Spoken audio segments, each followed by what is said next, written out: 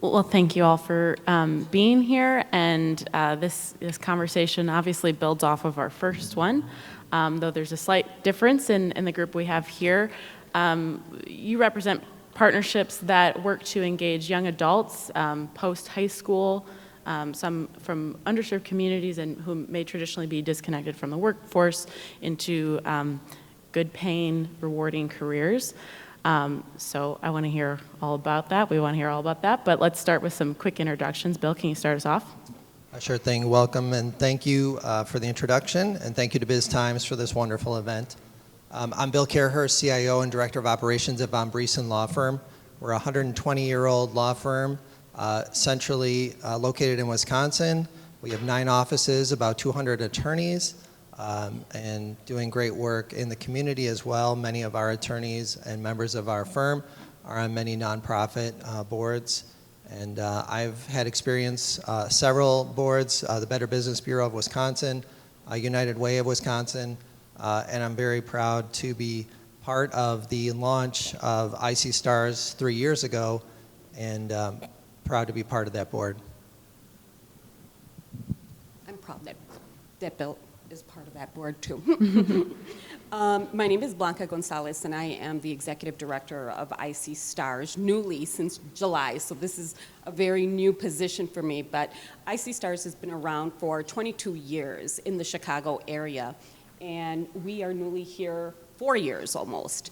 And so we're really excited about that opportunity to be able to expand here, work with non-traditional talent and place them in positions that maybe one could only dream of. So it's been a wonderful ride thus far, and I'm excited about being here. And my name is Karen Higgins. I'm Executive Director of the Milwaukee Christian Center. Milwaukee Christian Center this year celebrated its 100th year of being located on the near south side of Milwaukee. It started as outreach to immigrant families or youth and elder adults. We've maintained that emphasis, but we've also built expertise in housing and in food security. Good morning. My name is Eric Wynn. I'm the General Manager for Findorff's Southeast Wisconsin operation. Findorff is a construction manager entering our 132nd year of business. Very proud of that. We have offices in Madison, Milwaukee, Wausau, and we've recently expanded doing work nationwide now, and we employ about 800, 900 men and women in the field in the construction trades, and about 250 office employees throughout our various offices.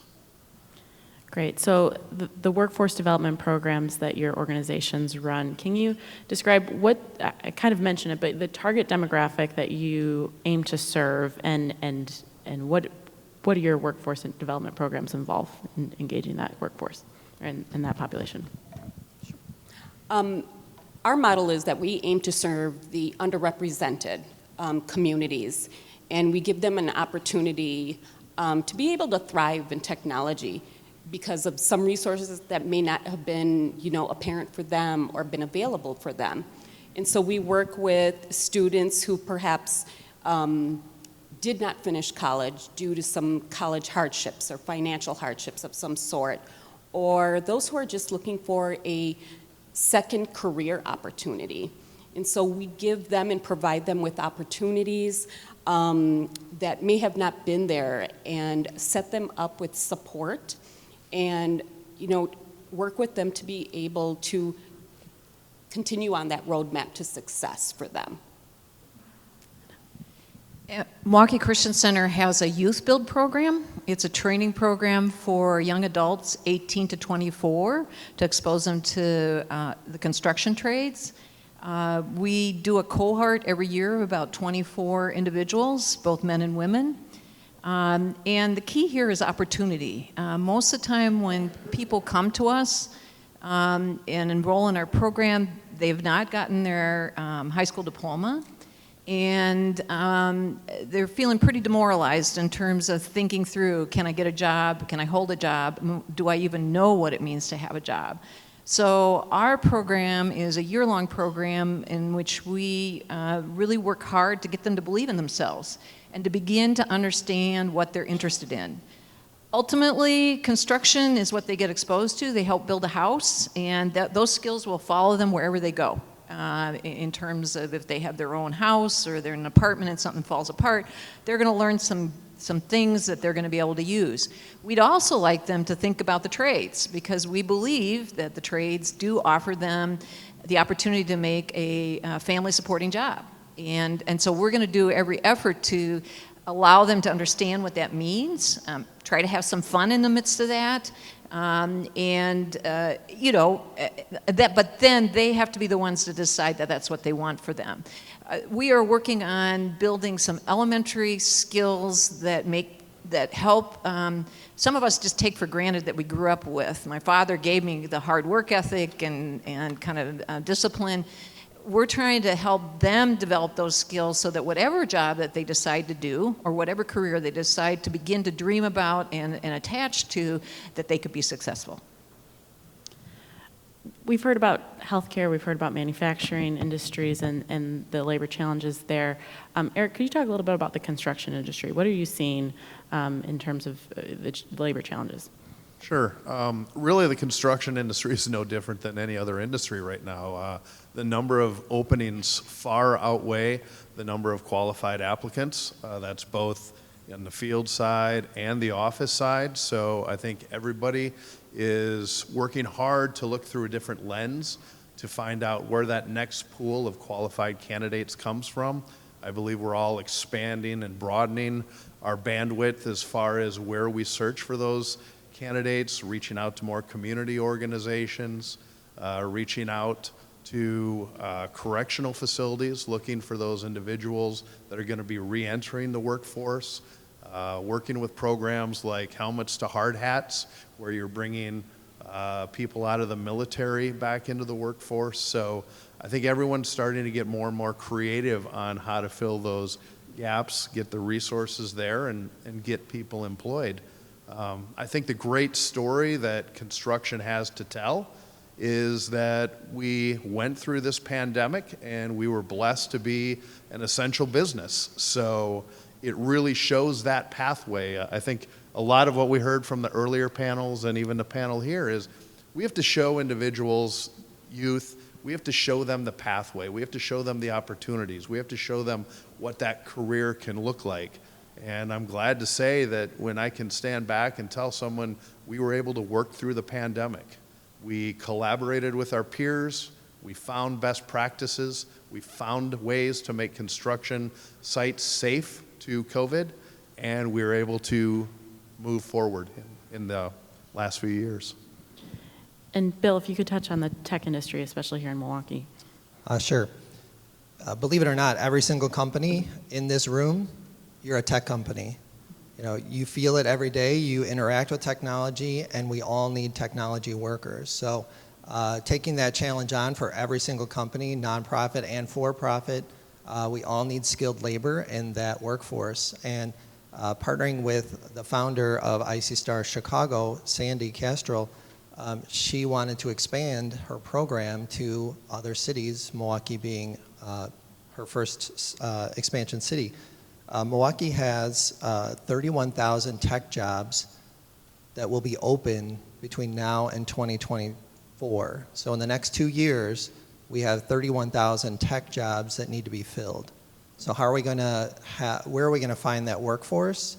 And one of the challenges that we're trying to solve at Icy Stars is to develop that workforce from within our communities. We have the labor here. We have a lot of interested individuals. How can we get them that training rapidly and get them into entry-level IT careers, into that career path? So Milwaukee Tech Hub, I just wanted to give a quick shout out to Kathy Heidrich and the good work that they're doing at Milwaukee Tech Hub.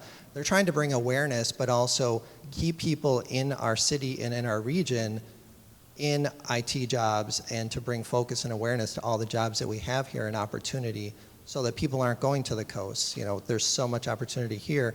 Let's help develop the talent and keep the talent here.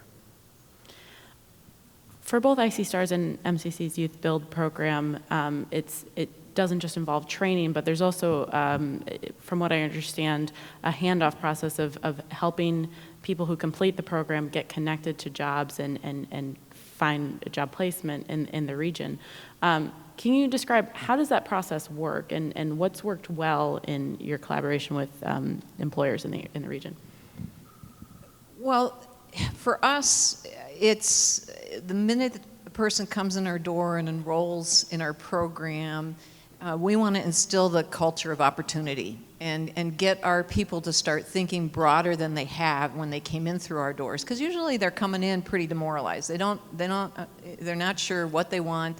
Some of them come in because of the correction system says this would be a good thing for you to do. Others do choose to come in because they've seen their brother or sister go through and they've seen some success. But we try to instill a culture that gets them to begin to believe and see what's possible. So we get them to a construction site. And then we get them working on a house and seeing what they can do on a house to have positive results. Then we begin to see what seems to evolve, who's really interested in construction. Because there are going to be out of this class a group of individuals that are going to show propensity for construction type skills or trade skills, and then we make sure that they get connected up with resources in the community that will help further that in terms of an apprenticeship or even placement. Right now in construction, they can get placed without having to formally go through an apprenticeship program if they're ready, and then think about getting into an apprenticeship program. And so what we try to do is just continue to help them assess what they're ready for in terms of the next steps. Some of them are not going to choose construction, so it's our job to say, well, what's the world that you're interested in, and really observe what starts to evolve in terms of their skill levels. You know, are some a real good talker and need to be in a type of a job that's going to use that as opposed to using their hands for skilled construction work. So we have to be innovative in terms of helping them.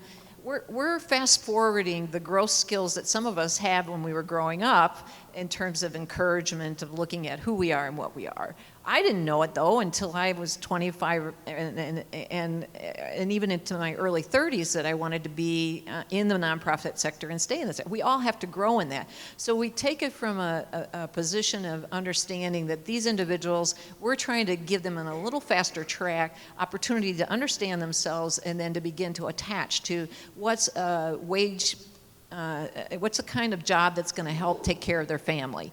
And there's usually intermediate steps, even if they're interested in construction or something at a higher level, there's intermediate steps that say, I need to get a job. I just need to get a job. And then we help them figure out what that is. And in this environment, they can get a job. It's just helping them, guide them to the direction that they need to go to be able to knock on the door. They have a lot of fear about applying for jobs. And so we have to help, we help rehearse, them rehearse and get ready. And then we'd make linkages with employers. I mean, Eric is connected with our organization. In the construction area, we can work with him to get people ready to apply and to move forward. We try to make those connections that, like the gentleman from Bradley, I loved what he talked about. We want them to know and understand our culture. We want to get them in places where people are going to understand them and support them to the best of the ability, and they still need to do the job. So we try to make linkages that make it easy for us to help them get to the right place that they're going to be successful. And we do have an opportunity for them to stay a second year, and then they're promoted into more of a leadership position. So if somebody's showing propensity in construction field but needs a little bit more opportunity, we do have an ability for them to stay a second year with us to grow in their confidence and skills to be able to engage. Eric, anything to add on from the employer side of the job placement? Well, I think the important thing is we never want a degree to be a barrier. As many people have said, we're trying to find these individuals' passion, and we want to grab onto that passion. And if they show some of those strong life skills, which is strong communication, understanding accountability, great teamwork, we can teach them the rest once we get them in-house. So I think that's another big change in a lot of our business models as we sit here today, is that we won't let that degree become that barrier. It could be a 4-year degree, it could be a 2-year degree, it could be a high school graduate, it could be someone who didn't graduate from high school. But if that passion is there, we want to grab onto that, we want to surround it, we want to encourage it, and then we can continue that training moving forward. What was really fun with one of our youth build people that just graduated, we had some extra tile for the bathroom that we had got donated, and she totally upgraded our bathroom by retiling the back area. And so she's looking at developing a career in that, which was exciting to see. And Blanca? That's awesome. So for IC Stars, our program is a 4-month cohort that goes Monday through Friday from 8 a.m. to 8 p.m. Very immersive program, but the interns there are getting 1,000 hours in technology and 1,000 hours in professional development. We work with those interns and set them up with mentors immediately in the professional world with one of our corporate sponsors. We also allow them to have a real-life project that they're going to work on, maybe some front-end development work. And they're set up in teams, so we're giving them the best opportunity to set up what would be really some training skills, real-life training skills that they're going to use in teams when they are set with an employer. And so we also continue that tracking after they commence from the program. We give them a residency program that they're in, that they still have to continue to check in with our talent placement manager, our case manager, to make sure that they have the resources they need to be able to self-assess and be able to see if they want to move up there in their respective employments. And so we continue that tracking with them to see what other maybe opportunities they want in technology. Is it time for more managerial roles? Is it time for director? And the only way that continues to happen is by us guiding them through that. I'll just add one piece to that puzzle. In our residency program at IC Stars, we're building a community. So we're taking individuals from the community, running through the program, setting them up for success in companies such as all of yours, and then keeping them connected to IC Stars, but also to the Milwaukee Tech community. And one great thing that IC Stars does is on Martin Luther King Day, they have a Hack the Dream. And so we invite all the nonprofits to apply to become part of this Hack the Dream.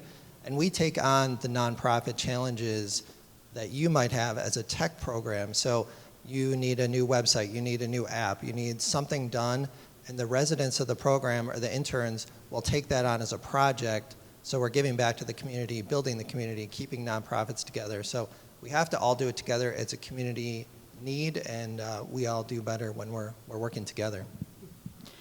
We talked about in our planning call a bit about the barriers on entry for some people applying for jobs where employers may unnecessarily narrow their pool just because of their application or interview process.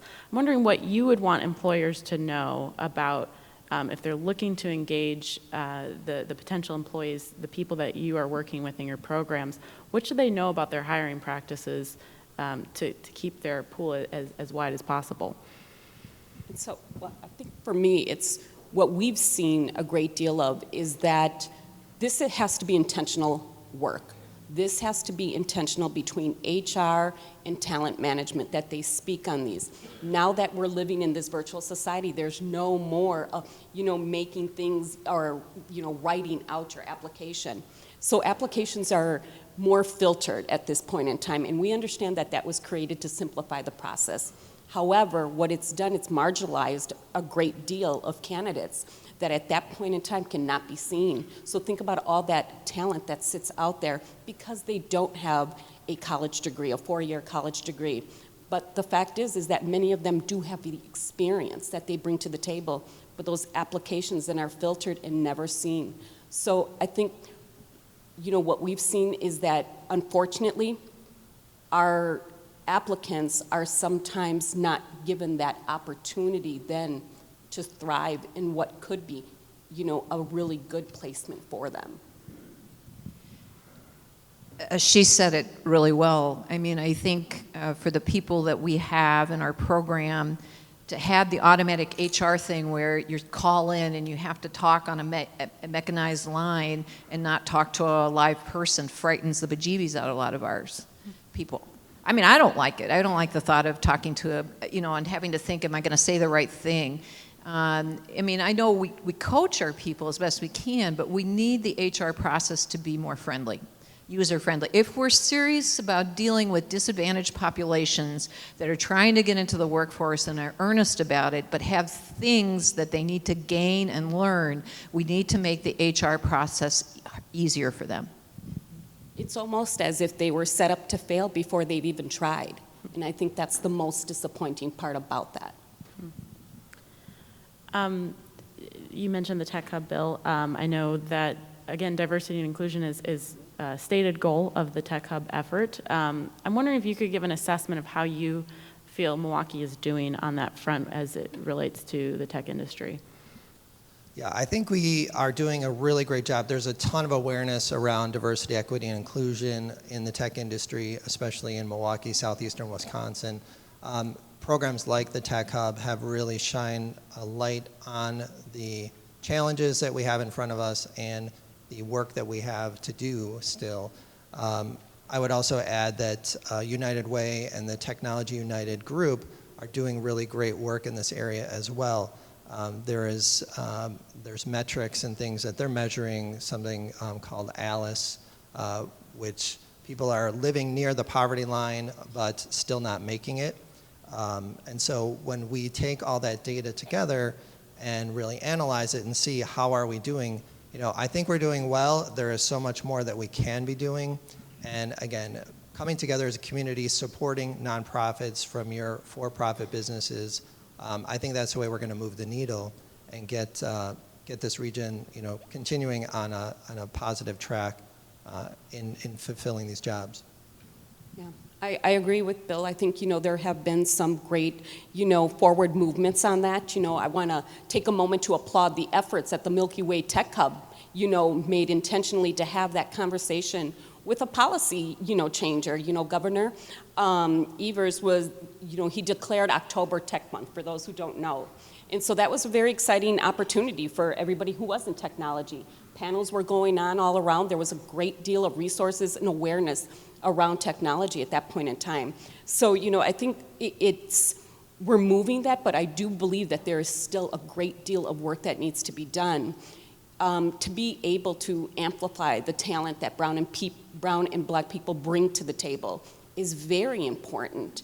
And not to just say, Blanca, I want you to be on a board of directors because Blanca is of color and a female. I want to be part of those decisions that we're going to make also.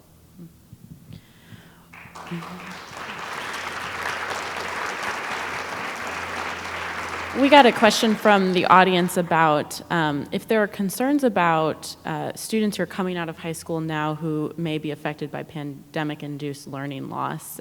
Is that a concern for employers and on stage here and those of you working in programs to connect them to the workforce?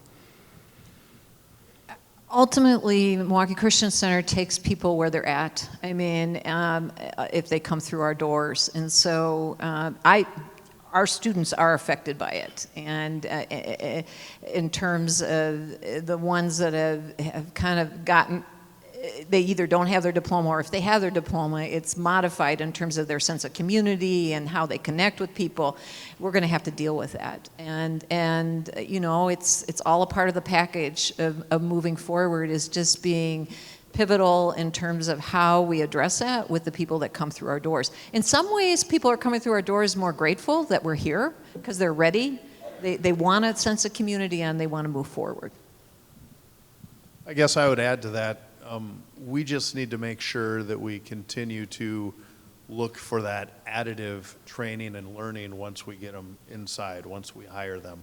The worst thing we can do as businesses is have a generational gap 5 or 10 years from now. So as soon as we acknowledge it, understand it, embrace it, and work through it, I think we're going to be we'll be successful. We just have to continue to adapt, and that's what we've always continued to do as businesses and employers. I think one thing that also will help move the needle is commitments from companies. So Briesen has joined with the MMAC And I have to look up the name so I get it right, the Region of Choice Collaborative Pledge, and that's to commit publicly to hiring X number of diverse candidates. And so, Von Briesen has committed to 15 to 25% in the next 3 years to hire diverse candidates, increase that population in our company. So making those public declarations, joining with other groups like the MMAC, and making those commitments to hiring diverse workforce, that will help because you have to solve that problem internally. Whatever your application process is or your hiring process is, those need to change in order for you to make those commitments real. And we at BizTimes will continue to cover the progress being made on the Region of Choice initiative. That's all the time that we have, so thank you so much.